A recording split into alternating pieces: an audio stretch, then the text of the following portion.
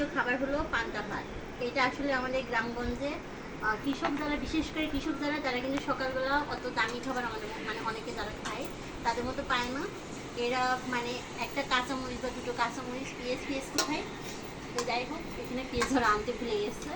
আমি পেঁয়াজের পরিবর্তে আমি দেখাচ্ছি যে এই যে ভর্তাটা আসলে এভাবে ভর্তাও না, তারা পেঁয়াজ এক কামড় নেয়, কাঁচামরিচ নেয়, লবণ নেয়, এই যে সুস্বাদু করে তারা এই খাবারটা খায় সারাদিন রোদে কৃষকরা কষ্ট করে আমাদের জন্য ফসল ফলায়।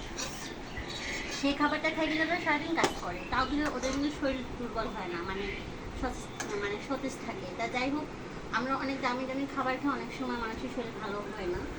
আর এই খাবার আমাদের এখন অনেকে মানে বৈজ্ঞানিকরা গবেষণায় পাওয়া গেছে যে প্রচুর ক্যালসিয়াম অনেক অনেক উপকারী থাকে, ঠান্ডা থাকে, মাথা ঠান্ডা থাকে।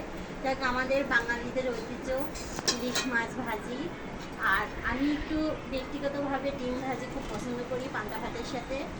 আর পাশাপাশি একটু যদি বড়া হয় আর একটু যদি ভর্তা হয় চামচ কোথায়, এই যে আলু ভর্তা,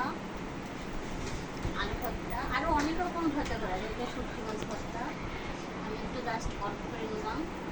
বেগুন ভর্তা, আমাদের অনেক রকম ভর্তা আমরা খাই, পছন্দ করি, একটু বেগুন আসলে সীমিত করা হয়েছে। আর এই ভর্তা, টমেটো ভর্তা, ডাল ভর্তা, এরকম অনেক ভর্তা আছে আমাদের। বরবটি, সিম, এবং অনেক সবজিতে অনেক রকম ভর্তা খাওয়া যায়। এটা আমাদের বাঙালিদের খুব পছন্দের খাবার। যাই হোক, মানে ভালো লাগলো, সবাই খাবেন। এখন আমরা খাওয়া শুরু করি আমাদের পয়লা বৈশাখের মানে খাবার। সবাই পারি চাটনিটা বলা হয়নি আসলে। আর একটা জিনিস, এটা আম। এখন এই সময় পয়লা বৈশাখে, বৈশাখ মাসে যে আমরা আমগুলো পাই, ছোটো ছোটো আম, সেই আম দিয়ে এরকম টক চাটনি করে খাইতে খুবই টেস্ট।